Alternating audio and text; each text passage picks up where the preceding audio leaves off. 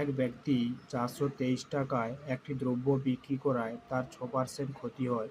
দ্রব্যটি কত টাকায় বিক্রি করলে তার 8% লাভ হবে?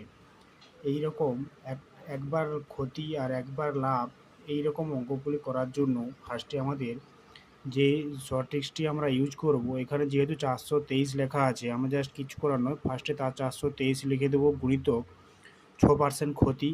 ক্ষতিটা সবসময় নিচে রাখবো। টোটাল টাকা আমার 100, সেইখান থেকে 6% ক্ষতির জন্য 6 বিয়োগ, আর এখানে হচ্ছে 8% লাভ, তাই হচ্ছে টোটাল টাকা আমার 100 প্লাস হচ্ছে লাভের জন্য 8 যোগ। এবার এটাকে আমরা ক্যালকুলেশন করব। 423 গুণিতক 108 বাই 423 গুণিতক 108 বাই 94, একশোর সাথে আট আট যোগ করে 108, একশোর সাথে 6 বিয়োগ করে বই।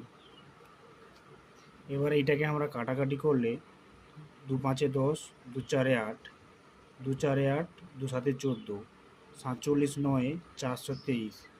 এই 54কে 9 দিয়ে গুণ করলে 486 টাকা। অতএব 486 টাকায় বিক্রি করলে 8% লাভ হবে।